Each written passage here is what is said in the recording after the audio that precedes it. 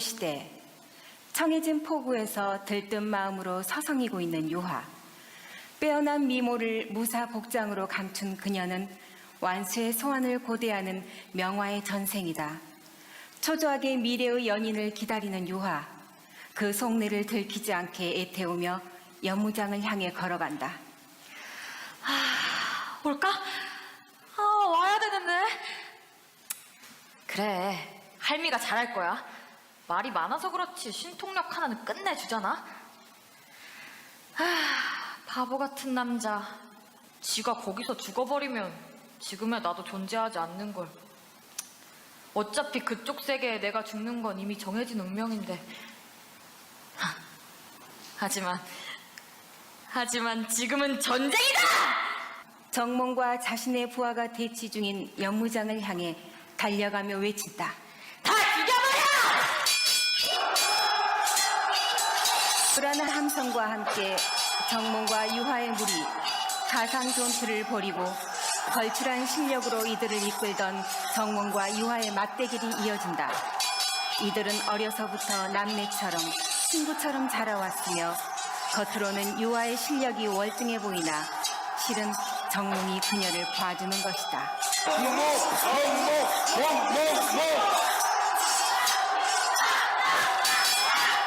두 사람은 각각 응원하는 무리 앞에서 검술에 이어 창술, 공술까지 선보이지만 적당히 치고 빠지다 일부러 져주는 정몽은 기꺼이 패배를 인정한다. 내가 졌어. 인정! 점심 살게. 이왕이면 전복죽으로. 정몽과 유화, 부하들을 이끌고 단골 수막으로 갈 참인데 뜻밖의 일이 벌어진다. 저 미친놈은 뭐시라냐? 외구 첩자 아니요? 아이고, 거참 희한하게 생겼네. 사람들의 웅성거림 속에 천으로 맨몸을 둘둘 마른 완수가 비틀거리며 등장한다. 비몽사몽 과거로 소환된 그는 시간의 터널을 통과하는 동안 나신이 된 상태에서 겨우 천조가리 하나를 주워 몸을 가린 상태다. 웬 놈이냐? 반사적으로 유화를 보호하며 적을 드러내는 정몽과 달리 그녀는 반색하며 나선다. 드디어 왔구나! 뭐? 아는 놈이야? 놈 아니야! 예언자야. 예언자? 정몽, 무슨 말인가 어리둥절해 하는데 사태 파악을 못하는 완수. 어리바리 정신이 돌아오는 듯 주변에 대고 묻는다. 여기가 어디죠?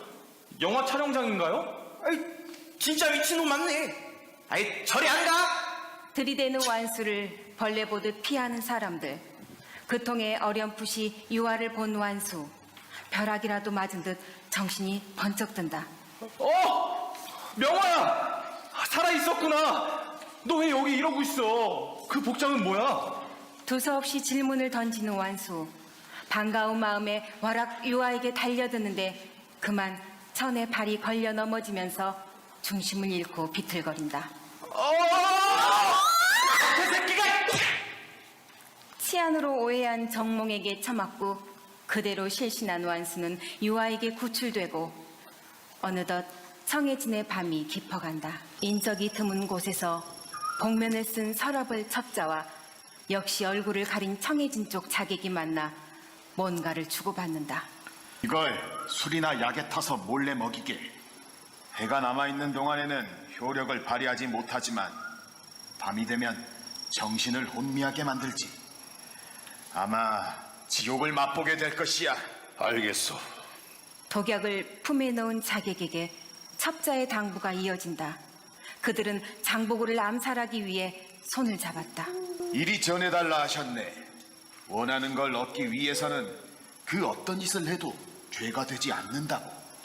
워낙 중대한 사안인 만큼 혹여 자객이 변심할지도 모를 일이라 첩자는 배우 인물의 충고를 덧붙인다. 석양의 아름다움은 정리할 때를 나는 자만이 느낄 수 있지. 평생 앞길을 가로막은 그림자를 이젠 걷어야 할 때 아닌가. 그분께서 이리 전해달라고도 하셨네. 잘 알겠소이다. 용무를 마친 자객과 첩자, 각자 왔던 길로 호련히 사라지고 이들을 지켜보는 달무리가 붉게 물든다. 같은 시각 목류병이 도진 장보고는 무시무시한 곡소리를 환청으로 들으며 악몽에 시달린다. 저리들 가게 해. 내게 왜 이러는가? 목숨을 내놓아라. 용서해 주시게. 제발 용서해 주시게. 배가 고파. 허기져서 견딜 수가 없어. 그런데 니놈은 혼자 호의호식하니 원통에서 견딜 수가 없구나. 그래서 내가 제사를 죄를 주게 하란다. 다 필요 없다. 목숨을 내놓아라. 그렇지 않으면 너희 가문의 씨를 말릴 것이다. 장보고 진심을 다해 사죄하지만 가족을 해하려는 망령의 저주에 끝내 분노하고 만다. 이런 요망한 것들! 내 아내의 목숨만으로는 부족해. 이제 우리 딸까지 노려. 당장 돌아가라. 당장! 망령에게 칼을 휘두르며 쫓아내는 장보고 어느 순간 망령은 사라지고 신무왕의 요원이 등장해 그에게 충고한다. 모든 게 덧없는 일이었네. 대체 나한테 왜 이러는 것이오? 내 그대의 도움으로 왕이 되었으나 사촌을 죽인 핏값은 단 3달로 족하더구만. 선왕 또한 천하의 아비를 죽이지 않았소. 사륙의 바람으로 얻은 왕자에서 저승까지 진동하는 이 피비린내를 어찌할꼬. 약조는 지켜야 하지 않습니까? 난 아직 받을 빚이 있단 말이오. 약조라. 그대의 딸을 태자의 아내로 삼는다는 그 약조 말인가? 쏘! 내 딸이 왕비가 되면 다시는 그들이 날 비천한 출신이라 무시하지 않을 것이오. 그대는 정령 왕이 되려는 건가? 왕이라 하셨소. 이미 정해진의 왕인 내가 고작 서랍을 왕따일 furu할 것 같소. 왕을 죽이고 왕을 만드는 이가 바로 나 장보고 아니겠소. 광규에 휩싸여 포효하며 발악하는 장보고 어느 순간 보면 신무왕은 사라지고 없다. 어디가? 다 어디 갔어? 내 이야기 아직 안 끝났다고. 목류 상태인 장보고 횡설수설하며 발광하는데 마침 탕약 쟁반을 든 미미가 다가온다. 밤마다 발작하는 인간 수발드는 것도 보통 일이 아닌데 그렇다고 본인이 개입해 정리할 수도 없으니 심신이 고달프다. 아이고 미친놈.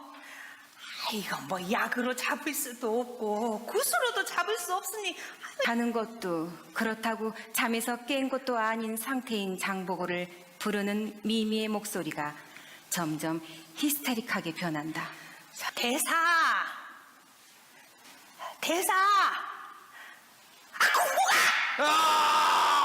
그제야 정신이 돌아온 장보고 어린 시절의 이름을 불러주는 할멈을 보고 안도의 숨을 내쉰다. 할멈? 또 악몽을 꾸셨소? 아주 지독한 꿈이었네. 어여 이거나 한 잔 쭉 들이키시오. 미미 탕약 사발을 건네면 벌컥벌컥 마시는 장보고 거짓말처럼 그의 마음이 진정된다. 이제 좀 살 것 같소. 이게 나쁜 기억을 잠재우는 맹탕이었다. 그럼 뭐하오. 밤만 되면 터지는 병인데. 다 김우진 그자 때문이오. 그자가 죽고 나서부터 수중공원들이 날 가만 내버려 두질 않네. 너무 앞만 보고 달렸으니 이제 좀 쉴만도 하오. 아직 할 일이 남았다니까. 유아씨 왕비 만드는 일이요? 그렇지. 장보고는 착잡해진다. 딸 생각만 하면 마음이 무겁다. 838년 1월 상대등 김명이 희강왕을 살해하고 왕위에 오르는 정변이 발생하자 그해 2월 귀족인 김양은 청해진으로 들어가 은돈 중인 김우징을 만나 거사를 계획하고 장보고는 군사 5천을 신복인 정년에게 주어 김양, 염장 등과 함께 서라볼로 진격하게 했다.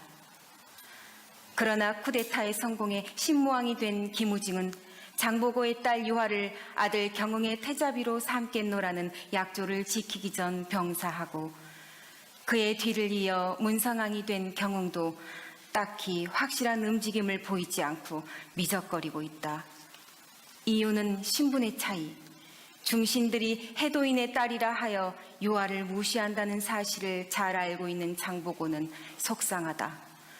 앞에선 해상왕이라 치켜 올려주며 이용만 해먹다가 뒤에서는 섬놈이라 전시하는 족속들에게 보란듯이 본때를 보여주라면 못할 것도 없다. 다만 후세를 위해서라도 피를 부르는 일은 자제하라는 유언을 남기고 죽은 아내 때문에 참고 있을 뿐. 정말이지 폐암만 남기고 떠난 연인이다. 남편 노릇 한번 제대로 못 해보고 그 사람을 떠내보냈는데 우리 유아만이라도 번듯한 세상에서 살게 해주고 싶네. 된장, 신분 세탁이 그렇게 쉬운 일인가? 그게 무슨 말인가? 피는 못 속인다 이 말이요. 무엇이나? 해도인의 피가 어째서? 해상왕의 분노.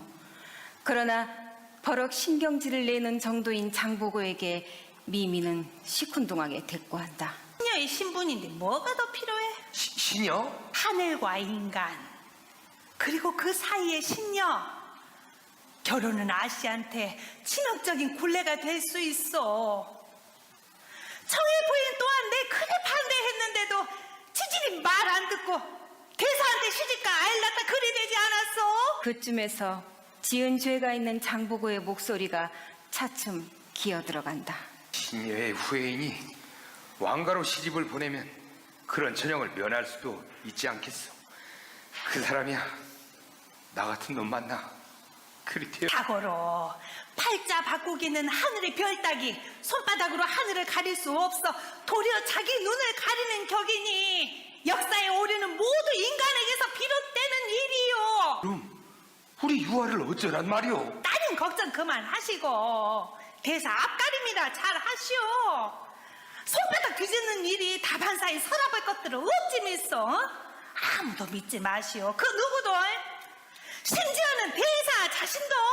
걱정 말게. 잘 알다시피 늘 내 자신을 의심하고 부인하며 그리 살아온 인생이 아닌가. 그건 대사가 보잘것없는 궁보기 시절의 일이고. 거참 궁보기 그 거시기 하네. 수시로 짜증과 위안이 교차하는 장보고의 심리를 미미는 잘 이용하며 가지고 논다. 궁보기가 싫은 궁파 활보. 활보? 오랜만에 듣는 말이군. 지금도 내 활 쏘는 실력은. 장보고 활 쏘는 신용을 하는 순간 어깨가 빠질 듯한 아픔에 자지러진다. 아이고. 통증에 고통스러워하는 장보고를 보고 미미는 박장대소하며 놀려댄다. 50견? 현대어에 익숙하지 못한 장보고 그녀의 말을 무작정 오해하고 성질을 낸다. 거참 너무하는군.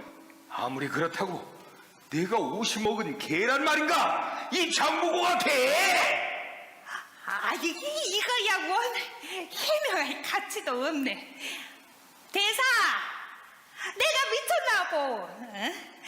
마침 날도 밝았으니 갑시다 가. 어디? 대사 생일 잔치가 내일 모레니 저 장에 들러 장 보고 가게. 또 개 할멈 진짜 이럴 거야? 나이 50이면 사람도 아닌가? 대꾸할 가치도 없다는 듯 코웃음치며 앞장서는 미미의 뒤를 장보고는 씩씩거리며 따라간다. 영웅의 가면을 벗어던진 그는 조울증을 동반한 분노 조절 장애의 원흉인 갱년기에 시달리며 밤이 되면 목류병 환자에다 해가 뜨면 딸 걱정으로 하루를 보내는 중년의 호라비일 뿐이다.